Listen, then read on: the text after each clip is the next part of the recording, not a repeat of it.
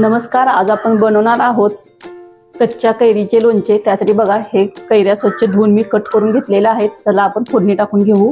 तेल, मोहरी, मिरे, दालचिनी, लवंग, लसूण पाकळ्या घेतलेल्या आहेत। आता आपण ह्या कैरी ह्यामध्ये टाकून घेऊ। हे सर्व मिक्स करून घेऊ। त्यामध्ये आपण हळद, थोडीशी काश्मीरी पूड, आपल्या चवीनुसार मीठ आणि साखर 1 चमचा, हे सर्व आपण मिक्स करू। आता साखरेला पाणी सुटेल। हे ते 4 ते 5 मिनिटं आपण कमी गॅसवर ह्याला वाफ देऊ। छान असं ह्याला पाणी सुटलेलं आहे साखर टाकल्यामुळं। हे 2 ते 3 दिवस टिकतं। आता आपण हे प्लेटमध्ये काढून घेऊ।